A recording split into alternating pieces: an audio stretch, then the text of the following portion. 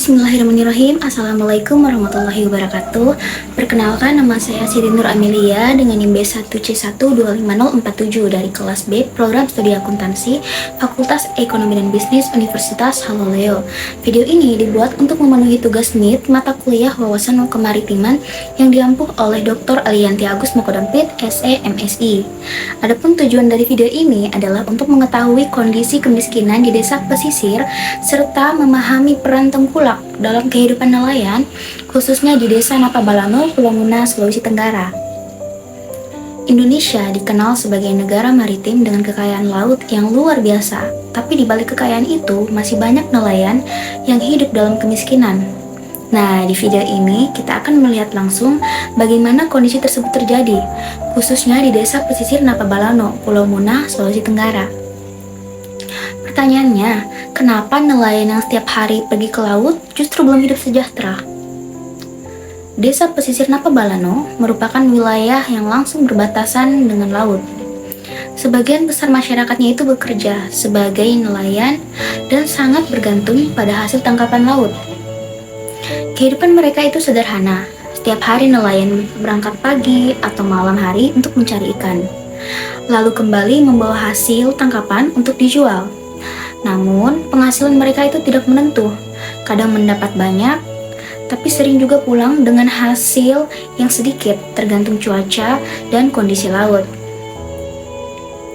Nah, berdasarkan data Pusat Statistik atau BPS tahun 2024, tingkat kemiskinan di Indonesia masih sekitar 9-10% dari total penduduk. Menariknya, kemiskinan di desa lebih tinggi dibandingkan di kota. Di desa, angkanya sekitar 12%, sedangkan di kota sekitar 7%.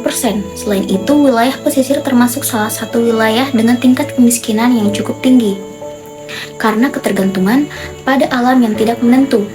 Ini menunjukkan bahwa masyarakat seperti nelayan masih menjadi kelompok yang rentan secara ekonomi.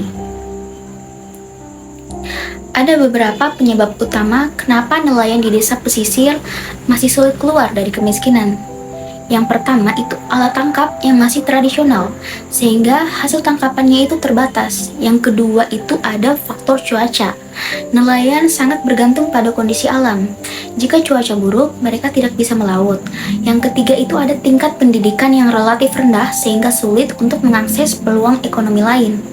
Dan yang paling penting, keterbatasan akses modal dan pasar yang membuat nelayan itu tidak punya banyak pilihan dalam menjual hasil tangkapan mereka. Dalam kondisi seperti ini, muncullah peran tengkulak atau pengepul.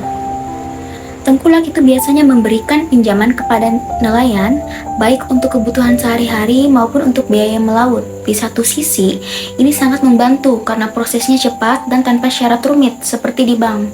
Namun di sisi lain, nelayan menjadi bergantung. Mereka harus menjual hasil tangkapannya kepada tengkulak dengan harga yang sudah ditentukan, biasanya lebih rendah dari harga pasar. Akibatnya, keuntungan yang didapat nelayan menjadi sangat kecil. Nah, peran tengkulak sebenarnya memiliki dua sisi. Dampak positifnya, nelayan bisa mendapatkan modal dengan cepat dan tetap bisa melaut. Namun, dampak negatifnya itu lebih besar, yaitu muncul ketergantungan dan sistem tidak adil. Nelayan sulit berkembang karena selalu berada dalam siklus utang dan harga jual yang rendah. Untuk mengatasi masalah ini, diperlukan beberapa solusi. Yang pertama itu pembentukan koperasi nelayan agar mereka bisa mendapatkan modal tanpa harus bergantung pada tengkulak. Nah, yang kedua, peningkatan akses pasar, misalnya melalui tempat pelelangan ikan atau teknologi digital. Yang ketiga, dukungan pemerintah dalam bentuk bantuan alat tangkap, pelatihan, dan pendidikan.